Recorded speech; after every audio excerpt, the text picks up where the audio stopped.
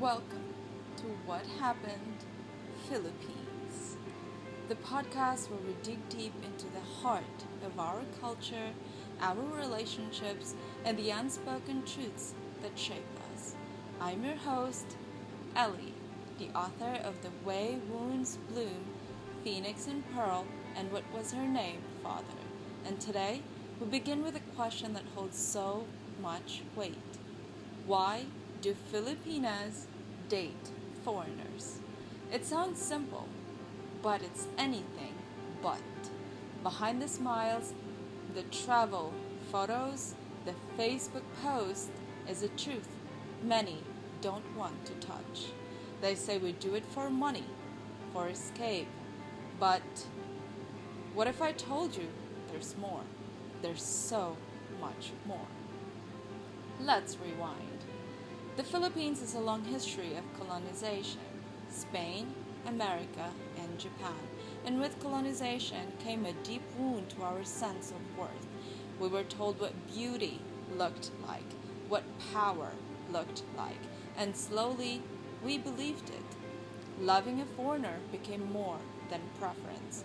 For many, it became an aspiration, a dream of safety, of being seen, of being chosen. I'm not saying it's wrong to fall in love with someone from another country. I've been there myself. But let's be honest about the system that shaped that desire. Let's talk about poverty. The kind that keeps you up at night. The kind that makes you look at a dating app and think, maybe this is the way out. A lot of Filipinas are the breadwinners. Some support their whole families. And when you're in a survival mode, love isn't always about butterflies. Sometimes it's about stability. I once met a woman in Siargao who told me, I didn't fall in love with him because he was foreign. I fell in love with how safe he made me feel. Safety is sacred, especially for women who've never had it. But then society starts talking. She's just after his money. A mail order bride. She couldn't get a Filipino man. The judgment is brutal, and it comes from everywhere. Family, friends, strangers online, especially when your partner is black or older or not what society considers ideal.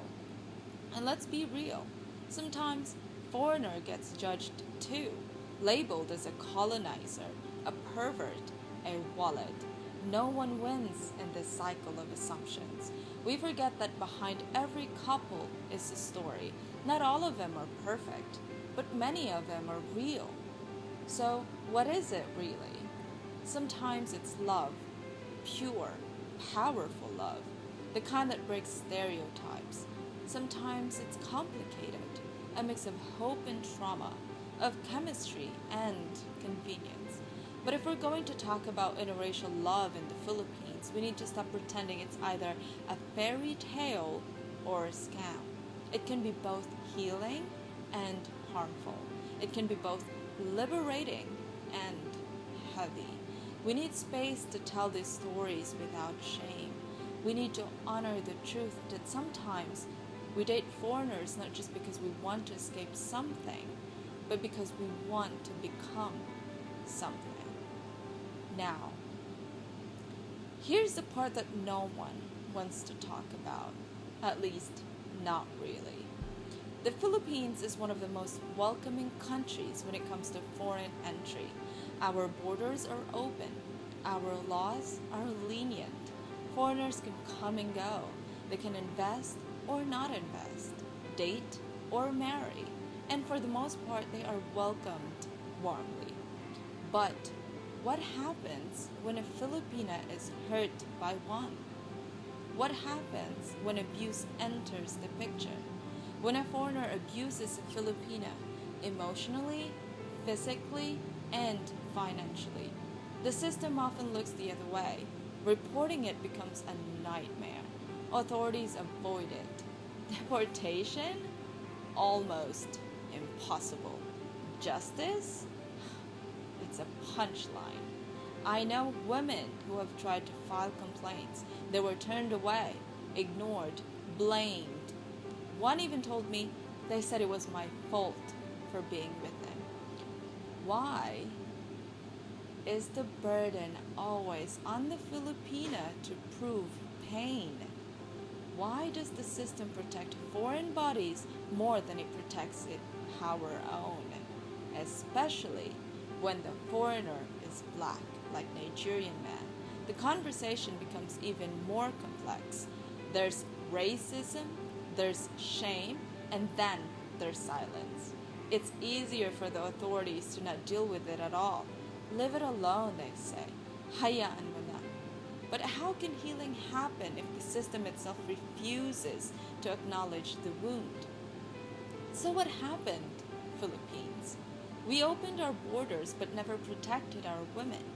We opened and welcomed the world but abandoned our daughters. We turned our pain into punchlines, our survival into scandal, our silence into shame.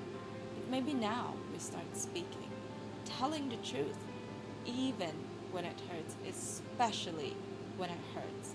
Because healing doesn't start when we get justice. Healing starts when we stop lying to ourselves. Thank you for joining me.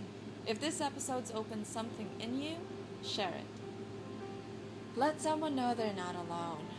Please follow this podcast for more. Next episode, we'll talk about the stereotypes both parties carries. The visa, the maid, the savior, the gold digger.